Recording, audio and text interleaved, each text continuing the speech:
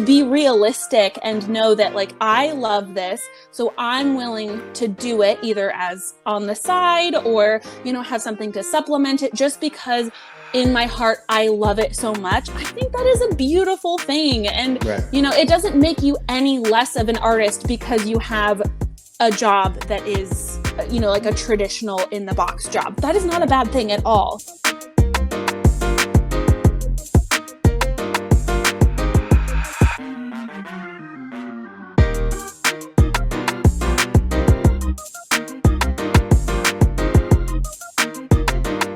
All right, Infinite Table Podcast, Creator Sessions, Episode 7. I'm here with the beautiful Kamarin Ann. Kamarin Ann, thank you for being on the show. Good to be here. Thanks for having me. Yeah, it's been a long day for the both of us. But yeah, it looks like we were having a little bit of technical difficulties in the beginning. So always. When am I not though? Yeah. Like I think people don't really realize like how real my technology curse is. You know, I'm one of those people who, so for example, the other day I went to the florist's house to pick up flowers for a shoot, and she has a electronic like door key thing. You type in the code and it unlocks. And I've typed it in before. I've picked up flowers before. I've never had an issue. You know, I know the code. I know how to get in. And I just kept doing it and it wouldn't let me get in. And I messaged her. I was like, did you change the code? Am I doing anything wrong? I sent her a video of me putting the code in, and she was at a wedding. She had to leave to like download an app to manually let me in from afar because it wouldn't let me in. And this is just one example of many. I could never get a Tesla because it would just drive away without me. Like, I don't think people don't know, but it's real. So I'm going old school. You know, people are getting the R6, the fancy mirrorless computer cameras, and I'm moving to film. I'm not going to play around. I picked up a friend's R6 and it literally shut down in my hands. But you're mostly what, an Apple user or a regular PC or I used to be PC. I prefer PC. It's the computer that my husband built, but I now work on a Mac just because the monitor is very true to like, you know, the editing, and Lightroom is made for it. And it is driving me crazy. It is infuriating to use. Like the interface is great. You know, it's easy to learn, but it's definitely not helping with the tech curse. I'll tell you that. Right. All right. So Kamarin Ann, once again, thank you for being on the show. So you are a photographer, right? Can you tell the audience who you are a little bit and your background in photography and how you got started? Yeah. So I was one of those kids who just always had a camera in my hands. A lot of like yearbook photos were mine. I had like a really crappy little point and shoot that I would take with like, even through junior high, you know, and all of our field trips and everything. I was always the person directing our prom photos. I just really, really loved it. So it kind of like stayed with me in all of my, like school, career path, all of that. And then when, you know, I went to college, I actually went to school to go into film and animation. So, you know, those two things kind of go hand in hand. Learned, you know, a lot about framing and just general directing and things like that. And I really, really loved it. But I moved home, you know, I worked for a bunch of different companies, and ultimately the world like shut down. And I was really feeling like that other work. I had worked in retail and like marketing and all of that stuff. And I just realized like how much I had missed like the artistic side of my life growing up and being involved with all of that. And so I had been doing like photography, taking photos for friends and, you know, like friends of friends, things like that, just kind of on the side of my retail days. And so I thought, you know what? I have the time. I'm stuck at home. My husband was still going out and working. So I was just like in the home for hours on end by myself with our cat, that I was like, you know what? Now is the time. Let me build a website. Let me establish a business, you know, let me like get in the mindset of like doing this. And that really carried me through that whole time, just like getting out of the house, taking landscape photos, building my website, just like really learning the ins and outs. I'm 100% self-taught. I've never taken a photography class unless you count like digital media, which was terrible. Yeah. Like I feel like photography classes are not made for right-brained or creative people. Like it's all just read what's on the page and do it. So it was not for Right. me. I think photography classes kind of kill a lot of photographers' beginning journeys. So Right. if you need to be self-taught, there is no shame in that. So yeah, that's kind of how I got started, and I just like fell in love with everything all over again, and just was like, you know what, I've just got to stick with it because it was just so rewarding right off the bat. Right. Right. So did you? I guess you were. Oh man. So I've had guests on the podcast before. Did you start your business prior to COVID or during/after COVID? Just a little bit. So I was doing it on the side. I had like bad business cards made. Yeah.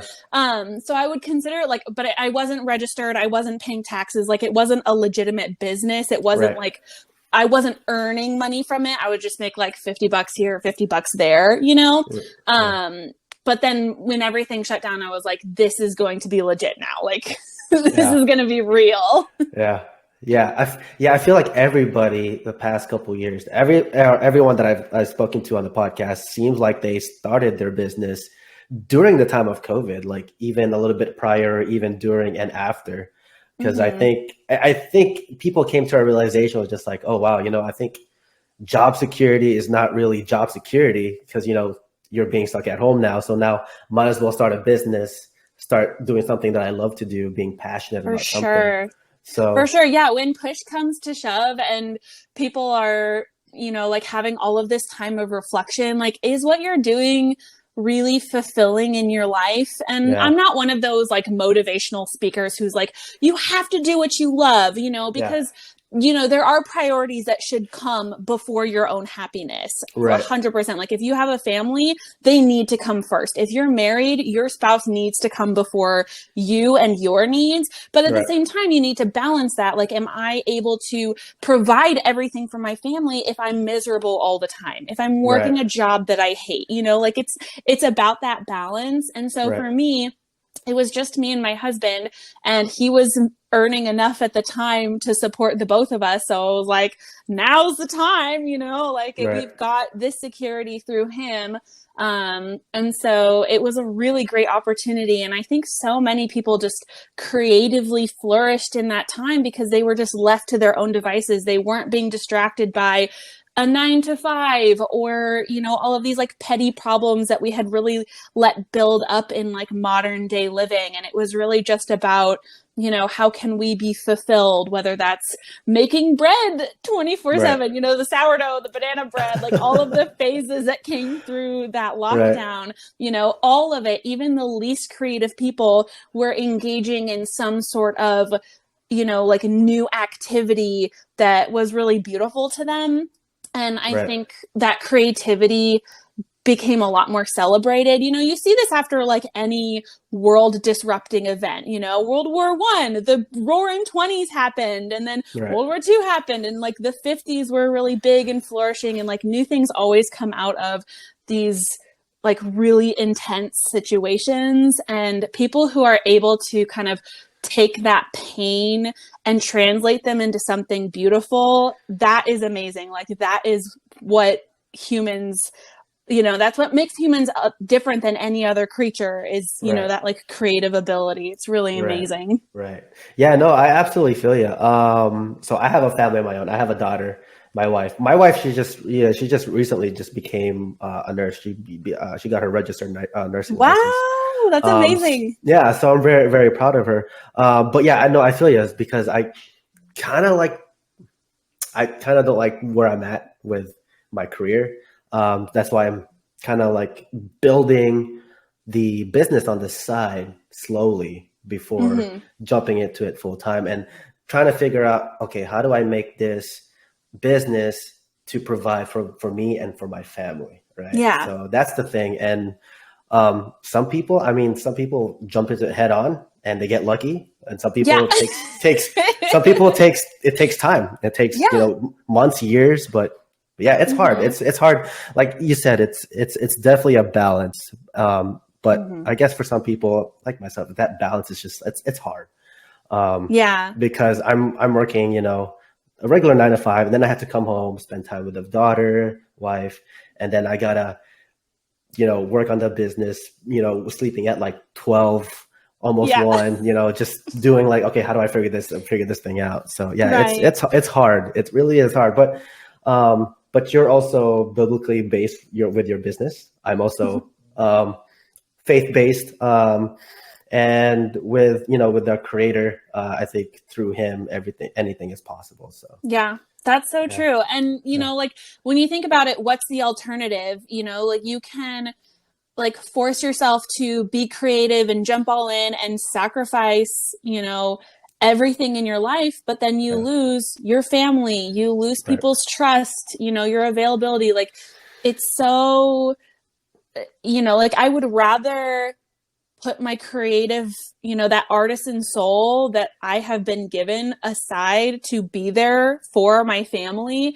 And that comes when you are in a very established business as well. Like, am I going to take on 1,000 weddings a year and never see my family? I don't want yeah, that, like that's not success to me. And so, creating those boundaries in your business, no matter what stage you're at, I think is so important.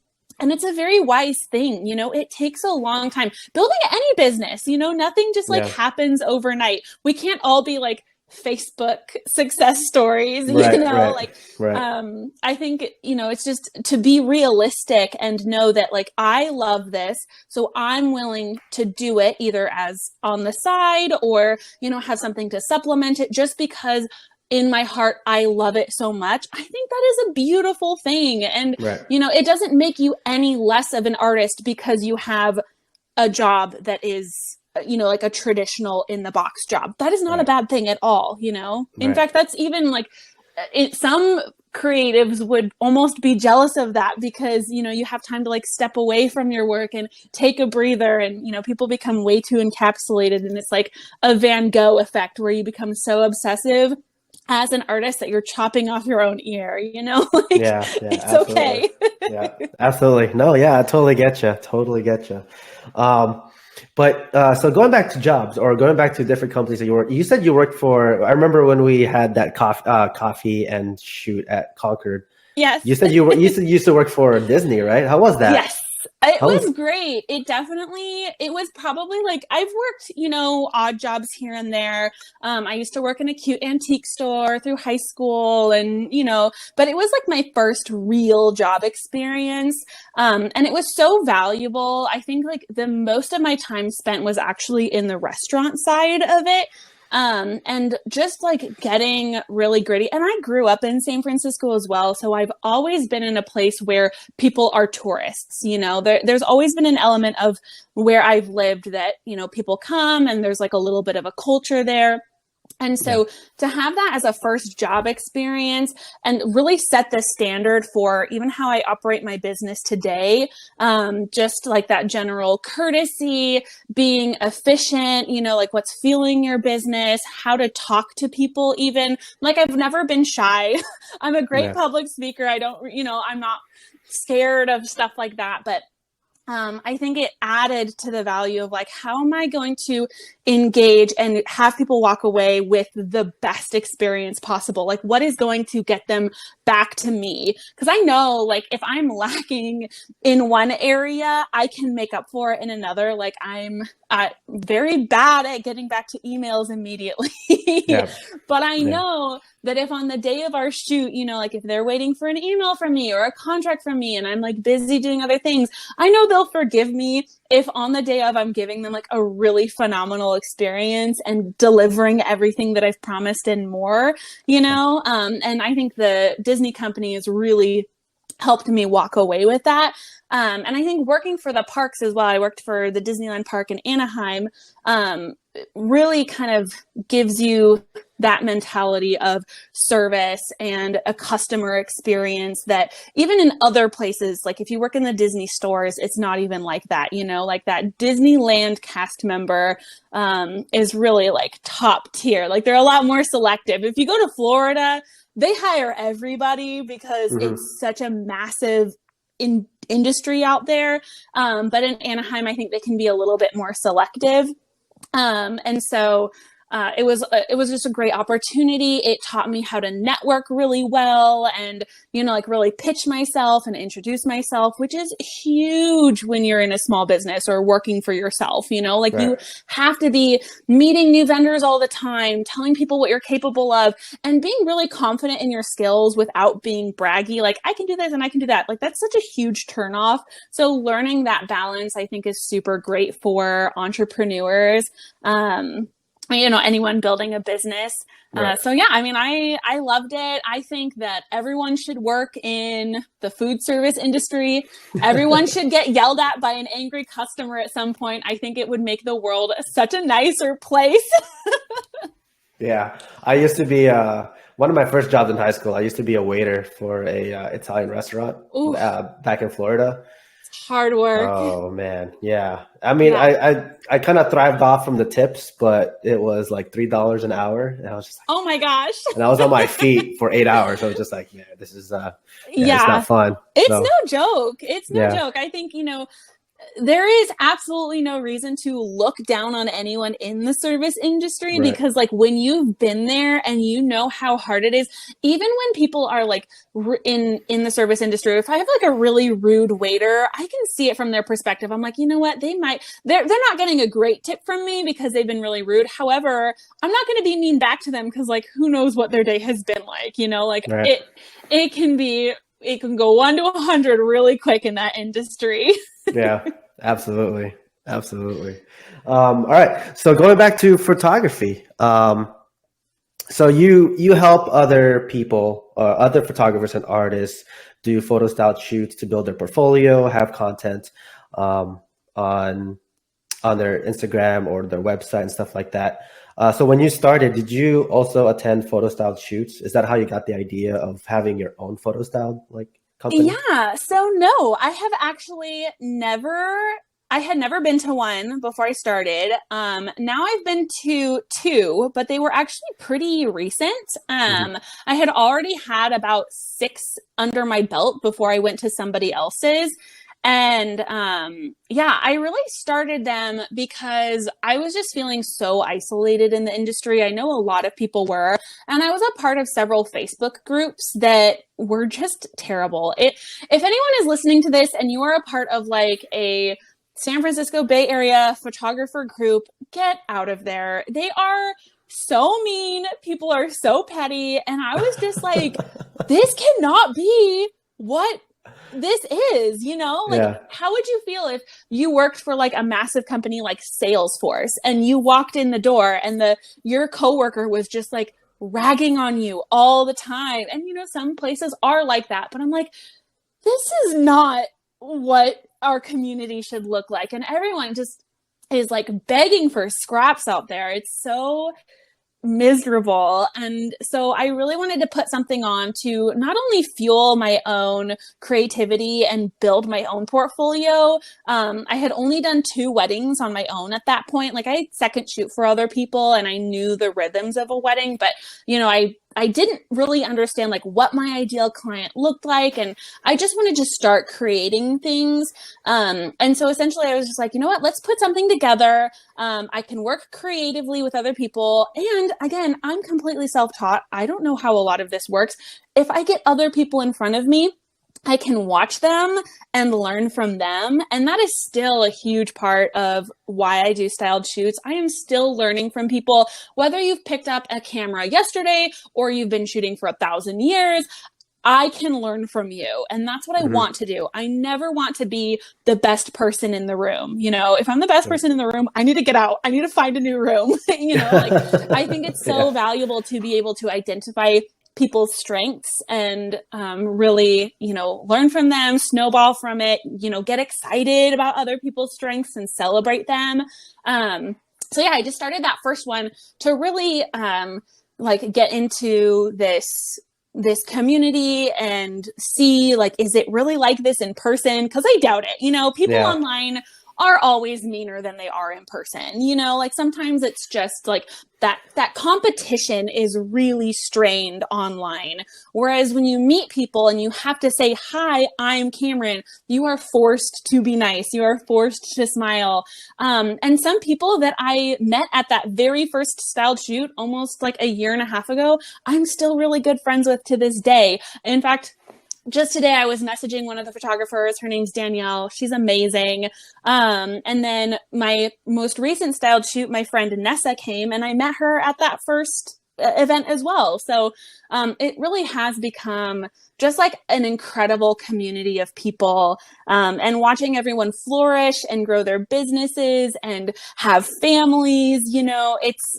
It really has become like such a huge part of my own business. And even though I don't make money off of it, I love it. And I don't really see myself stopping because, I just learned so much from it. And Yeah. it's a way for me to just like have a crazy idea and be like, can I put this together? Can I kind of crowd fund it and see if other people are interested in it, and, kind of roll with it. And it's been great. It's been a wild year. Oh, I see. I see. Okay. So most of your creative income comes from your photo Yeah.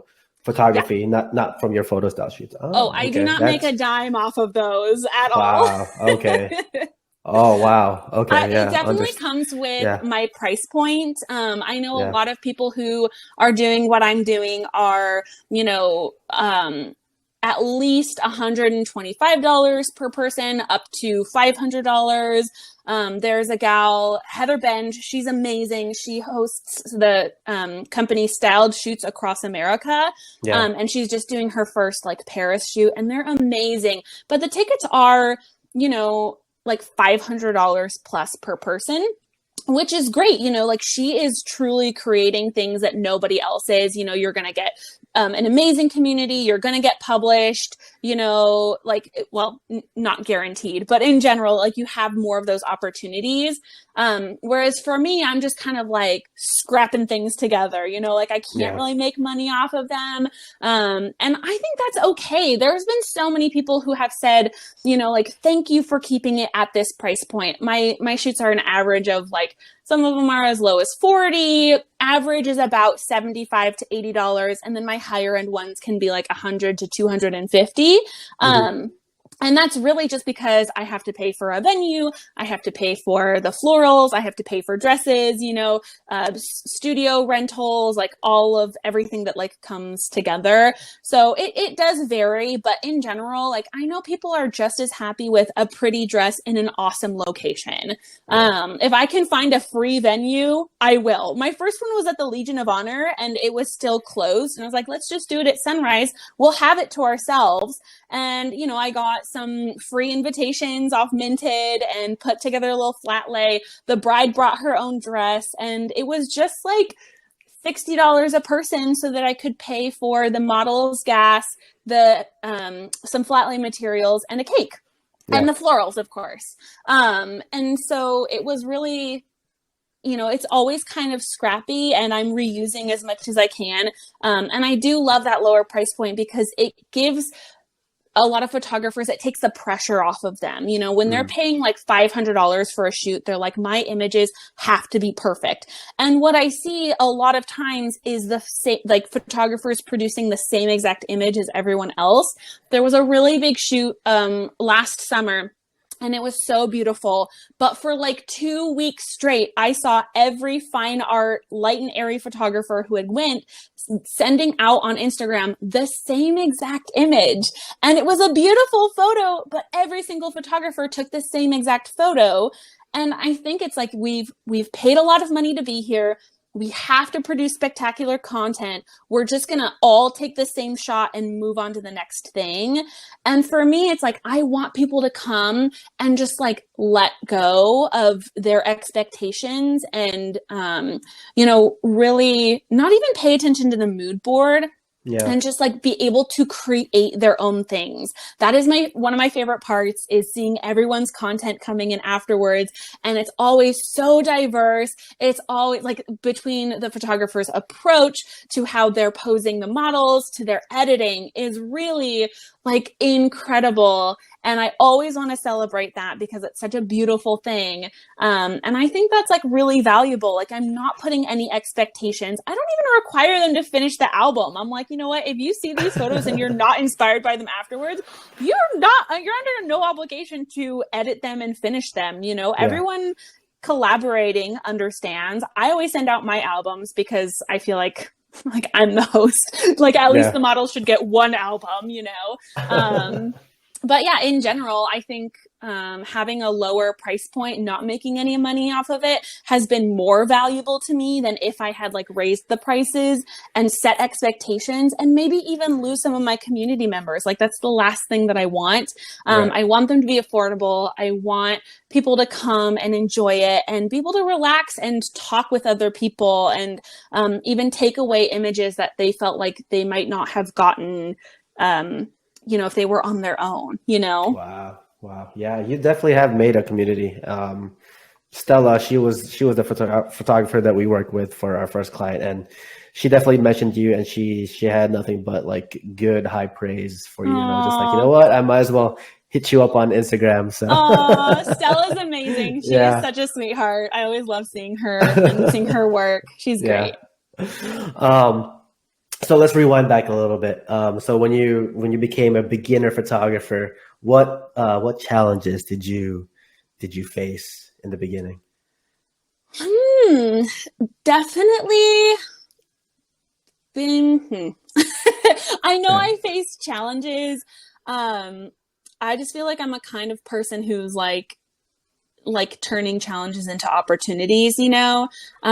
Finding clients was definitely a challenge for a long time. Like I said, I wasn't quite sure like what I wanted to do.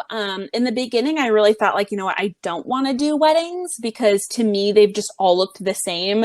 Even growing up, I was never a person who was like, I want to be a bride. I want to get married. You know, I have put way more effort into these styled shoots than I have my own wedding. Like this past one, like all of the details and everything that I put into it, my wedding was just so basic and I just didn't want to do anything.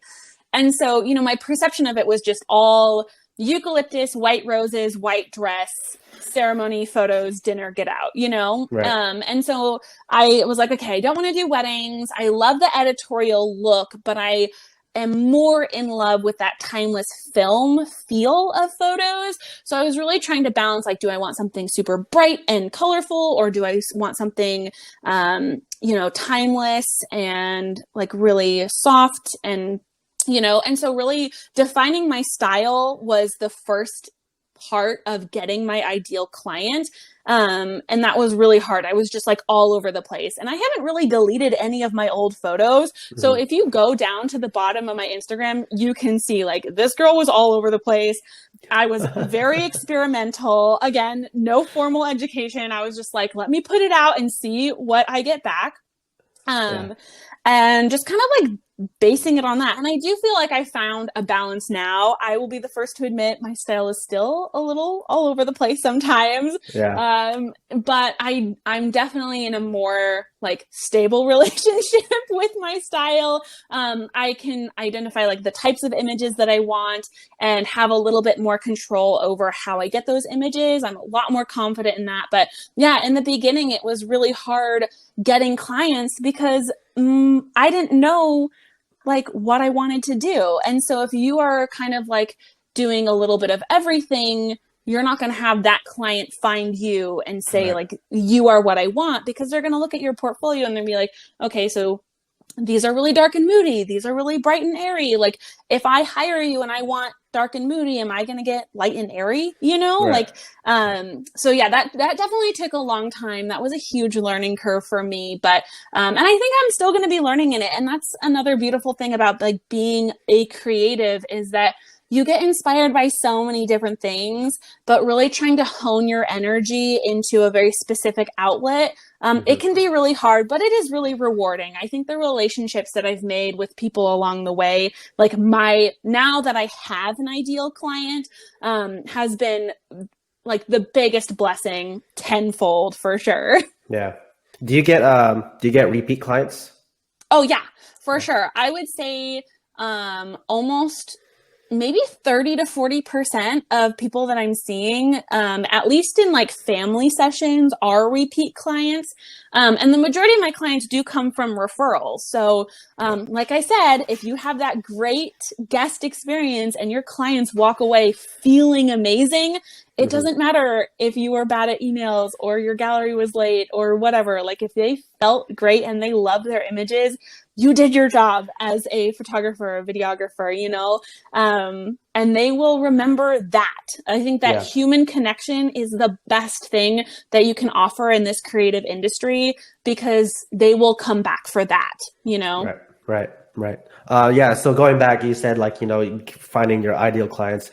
So I've been doing some YouTube University and I've been learning how to like niche in, right, with this industry, with the videography thing. So they say that if you niche in with a specific type of photography, videography, any type of artwork, then you will find your ideal client, right? And that's what I've been learning, because I was just like, maybe I should do everything at first. Like no, that didn't really work. So because you have to build some sort of brand, right, around your work. So me and my editor, we just settled for being wedding videographers, but making it like cinematic, like a cinematic feel, love, romantic, stuff like that's that, awesome. adventure. So so definitely niching in is important, so that it kind of gives you the permission to, like, if you niche in, you can actually niche out in the future, right? Because looking at your website, you do portraits and you do family. And those are like what your three niches, right, for your photography business. So And I think like niching down, it doesn't have to be a specific like type of photo or video, you can be a photographer who does everything. You can do weddings and boudoir and portraits and corporate and, everything under the sun, but there has to be something consistent in your work, that if you are like all of it. And I also say like, try everything, like I think I only schedule my photos for like golden hour now. But when I first started, I was like, I want to try this. Like I'm going to try midday. I'm going to try harsh sun. I'm going to try cloudy. And, like every single type of environment that I could get in to really learn like what I wanted and like the result that I was the happiest with. And that's going to prepare you great in the future. Like even if you think like, oh, I'm only a family photographer, I'm only going to do families, that is my niche, that is where the majority of my business is coming from. Try doing portraits one day. Try doing something really creative, really out of your realm. And even if you walk away and you don't like it, you don't need to post those images. They don't need to go on your website or in the front of your portfolio, but it should be something to like really push you. And I think that's where a lot of like creative burnout comes, when you're just repeating the same motions over and over. And so I always like want to be pushing myself in new directions so that I can either find something new that I love that I can incorporate in my business, or rule something out and be like, you know what, that didn't work for me. I learned something from it, but I can just like stay in my lane, So I think, being able to do all those things, learning how to do all those things is amazing. If you want to make commercials, that's amazing. If you want to make weddings, that's amazing. Learning how to do them is great. But when it comes to a specific market, really honing in, like everyone's going to come to you. Like if you can be, I am the adventure, romantic, elopement videographer. I will hike with you. I will be knowledgeable about elopement spots. I will help carry your stuff and I will give you a great experience. If you can be that guy, huge market for that. People will be running to you. So this year, 2022, have you, how often do you get booked? Do you get booked out almost every month? Yeah. So I am Definitely booked every single month. Wow. Usually on my own terms. Obviously, every season kind of brings a rhythm to it. So I would say I'm about halfway booked out for next summer, but summer is Wow. wedding seasons, so Right. people are planning a lot further in advance.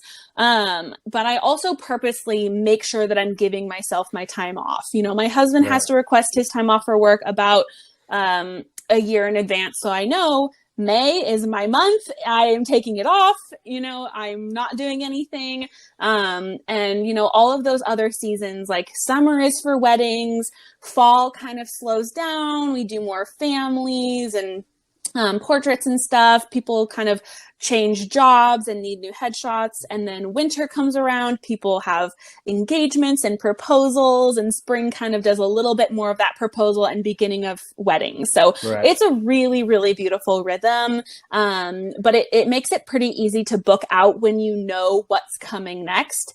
And so I've already am getting inquiries for family sessions and preparing my date for mini sessions. And like this summer was really like, super crazy. I thought I was only going to be doing so many weddings. And then last minute we had like an elopement and, like family stuff to photograph. And I really kind of like overloaded myself, which, Yeah. you have to place boundaries on your business, let yourself rest.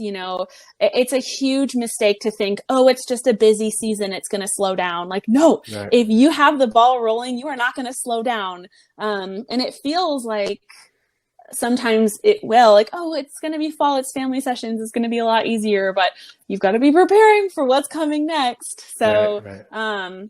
yeah, I am booking out pretty consistently. And even though like summers fill up really quickly, I can almost guarantee, like, if I'm setting myself up for success, like if I'm putting my Fridays and Saturdays aside for specific clients, and then I have, I don't book Sundays at all because I like to rest with my family, and it's a great kind of backup just in case like weather, if I need to reschedule, I know I always have a Sunday that's available. And Yeah. then Fridays, I try to do like every other. And if my client is available for a weekday, I will do everything in my power to schedule it for a weekday, not only for like the people, like tourists or background or whatever is going on. It's just like so much easier, and it helps my week flow a lot better. Yeah. So Nice. yeah, it's been a Nice. great year for sure.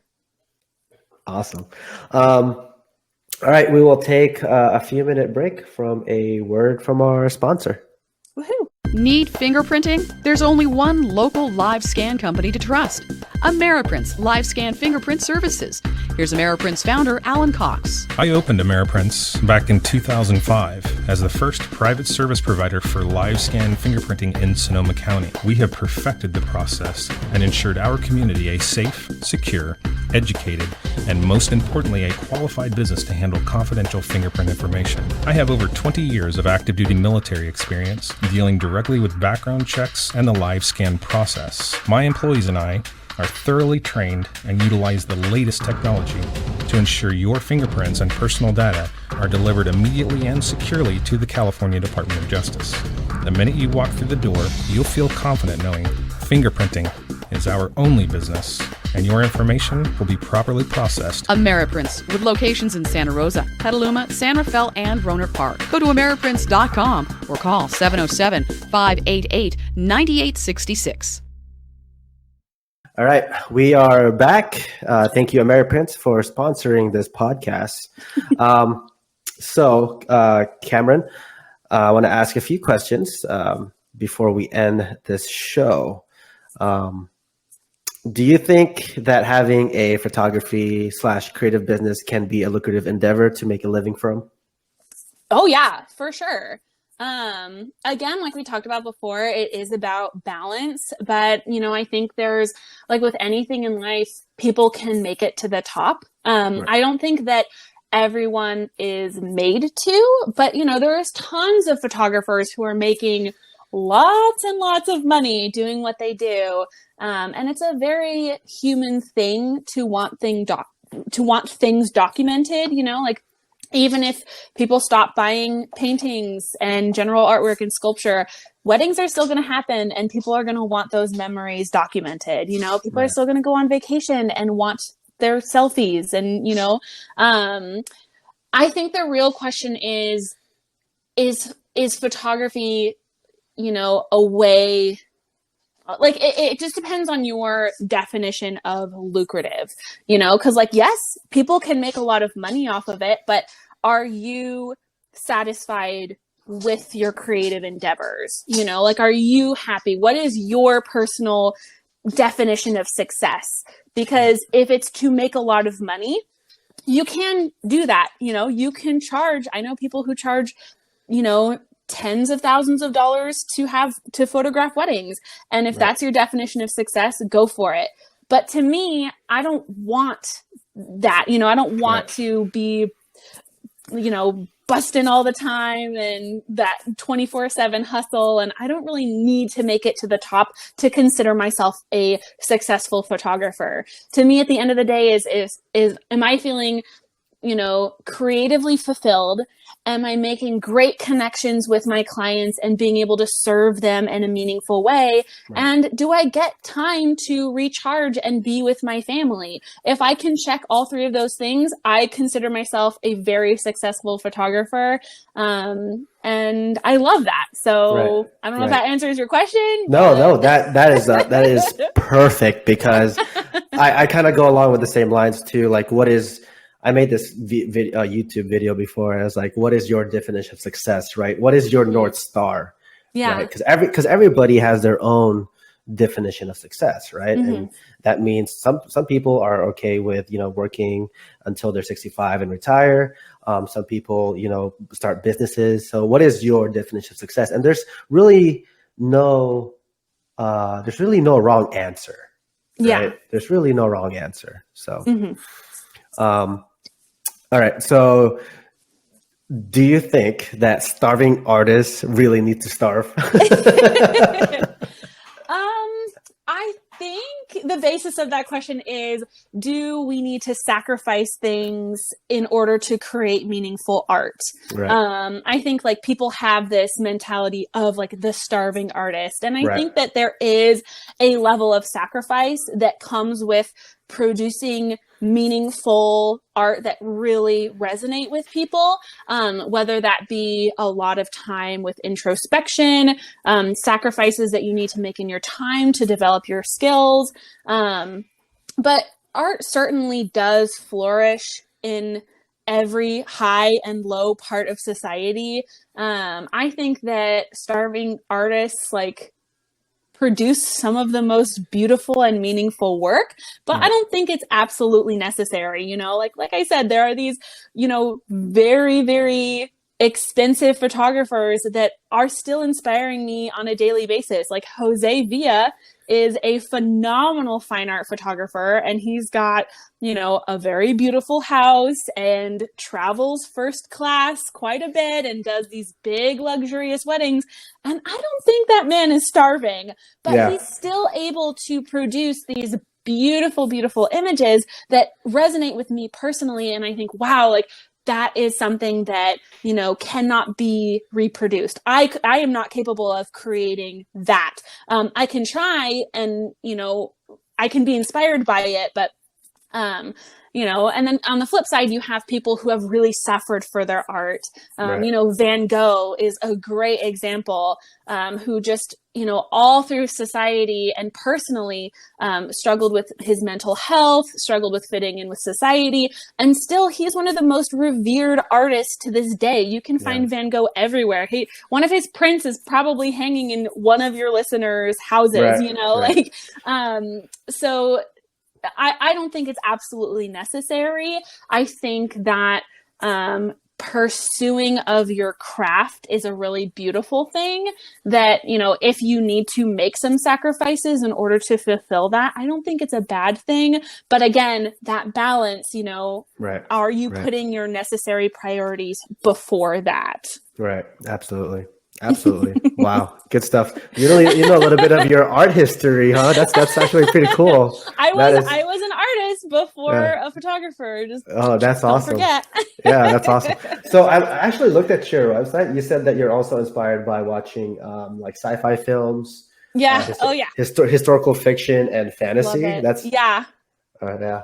I So read a lot, and I love there's historical fiction. I'm not as big of a reader in, but I still like love the like cinema of it. You know, with a background in film, there's so much about you know, the film that really does inspire me. I think like so much of Wes Anderson, his like specific quirky style, yeah, absolutely love. You know, like Pixar movies are a really big, important part of my life. I have yeah. a couple who have hired me because of my background in Disney, and they're doing like In a Disney. Star Wars wedding, and I'm like, yes. Yeah. So, you know, Yeah. having all of I those just loves I just is saw that. great. Yeah. Yeah, Yeah, I it's just a saw great that on your thing. website. Yeah. You went to Skywalker, was that Skywalker Ranch, that Yoda statue? Is that That's the Lucasfilm Oh, studio. Lucasfilm Yeah, Studios. Okay. Skywalker Ranch is not available to the public, unfortunately. It's like Right, invite right. only, but it's definitely a cool place. Yeah. But Lucasfilm is great as well. Definitely I check it def out. I definitely will have to check that place out and shoot a video around there because I'm Yeah, also a big Star Wars fan. I'm So. available if you need a model. Yeah, I think I'll like have that in mind. incorporating everything that inspires you back into your business is such a Yeah. great thing. It's just kind of like one of those things that like people let fall to the end of their resume, you know, Yeah. like you always have that like one quirky thing, like I'm a hot dog eating champion or something, like something that makes you very human, like something that Right. makes you like connect with other people. Right. And I've, you know, been hired specifically because of my love for architecture and science fiction and, you know, like all of those things. Like, I love it. Right. I'm about it. Right. But yeah, I have like a dream or a vision where I want to spend the time traveling with my family and just filming around the world with my family, and just Yeah. like make it like some sort of like family video so that we could look back and be like, wow, look, we went there, you know, and make it cinematic and That's memorable. amazing. So, Yeah. Make it that's my dream. happen. Yeah. Start getting those like out of state clients, you know? Yeah. Yeah. I actually, the reason why I actually got into videography is because I'm a big fan of film too. I've watched movies, have always been a big part of my life ever since I was a kid. And one of my directors that actually inspires me is James Cameron.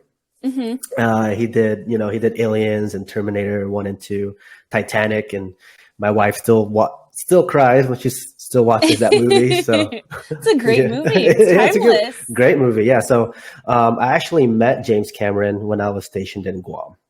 Wow, He that's yeah amazing. he came to my office, and yeah, we shook hands. It was pretty cool. We have a photo.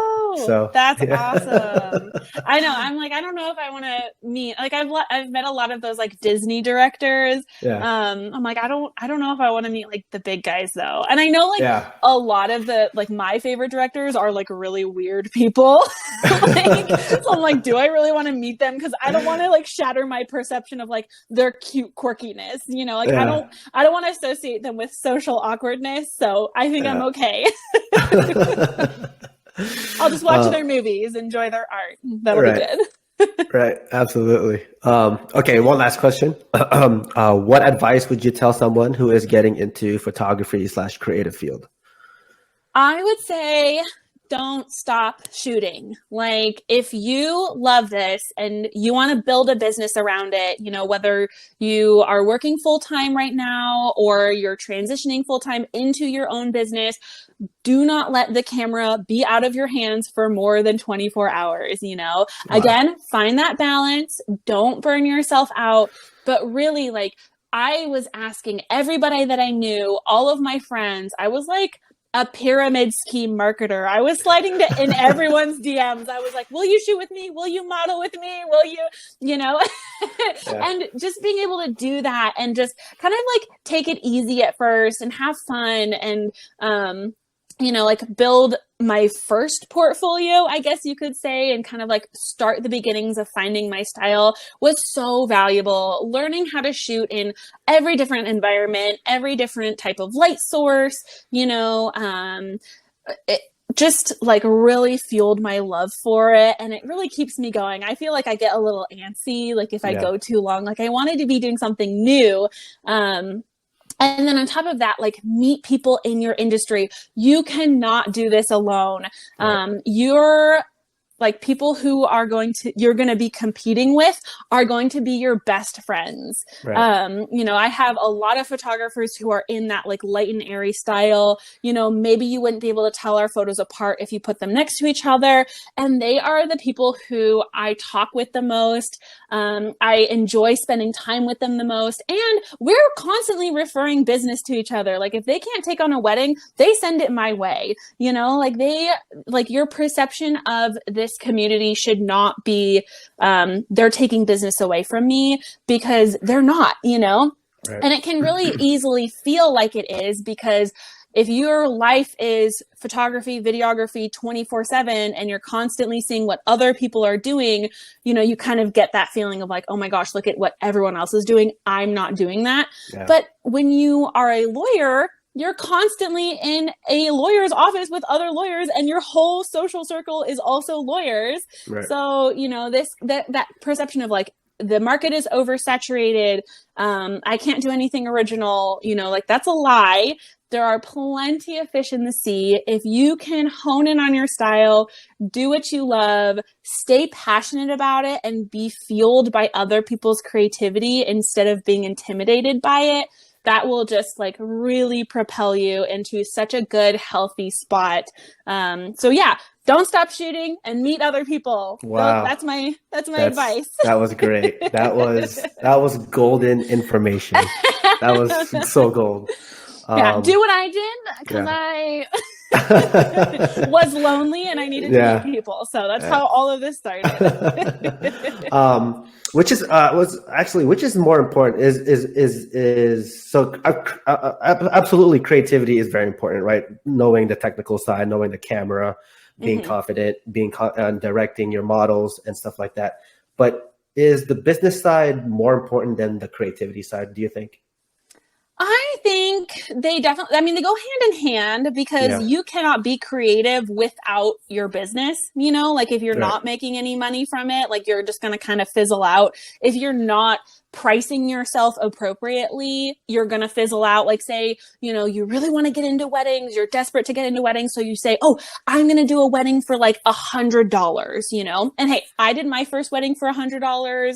That it's fine. You have to start somewhere. But if you keep doing that, you're just going to be burnt out at the end of the day, because, you're going to be like, okay, it's $100. It's my first wedding. You get really, really excited. And then you actually do the wedding and you're like, okay, I am not being compensated for this. Like I'm not going to go above and beyond. I'm not going to be inspired by my own work, because you're not being compensated. You're not feeling like this was worth it in the end. Like I can't pay the bills if I'm, like just wanting to do it. So constantly doing free things.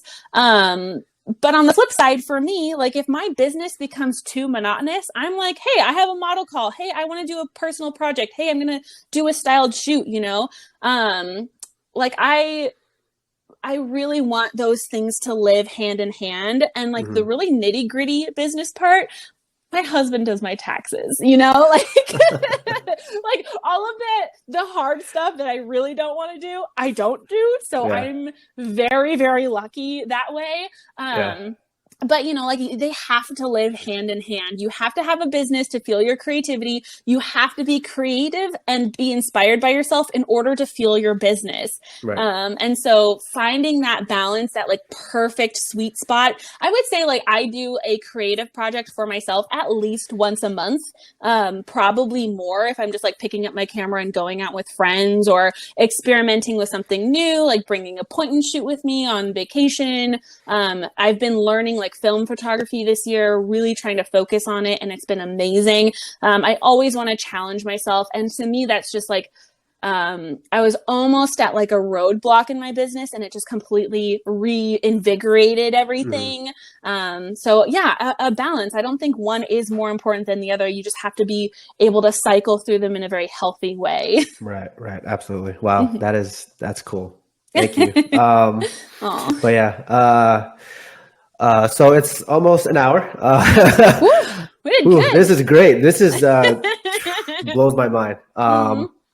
Where can the audience find you? Website, Instagram, Facebook? What platforms are you in? All about the same. I'm primarily on Instagram, but do not message me about sessions there. I will not find it. But my Instagram is Kamarin Ann, KAMARINANN_photo. My website is Kamarin Ann Photo, and I'm on Facebook too, but very barely. Yeah. But yeah, that's me. Cool. Nice.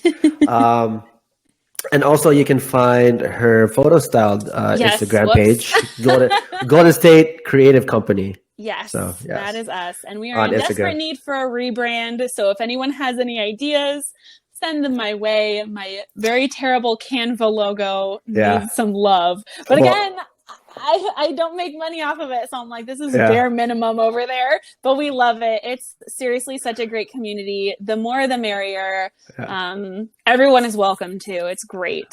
That's awesome. There you go. There goes your call to action, everyone. So come hang out with us. Yeah, come hang out with us. Yeah. So if you've listened thoroughly on this podcast, if you have any questions, please let us know on the description below, or message me at onecreateproductions@gmail.com if you have any questions for Kamarin Ann. So that's our call to action. This is my first time doing call to action. So it's just like, man, I'm actually learning how to podcast and being confident on the microphone. So it's the best way to do something. Just start, Right. Don't be afraid of those mistakes. You just gotta go, Right. Absolutely.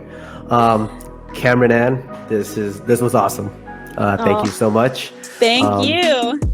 Thank you for being on the show. And all right, guys, we will see you guys soon. Bye. Please consider supporting this podcast if you enjoyed this episode. If you wish to donate monthly, go to anchor.fm/OneCreate. Or if you want to make a one-time donation, Venmo at One Create Productions.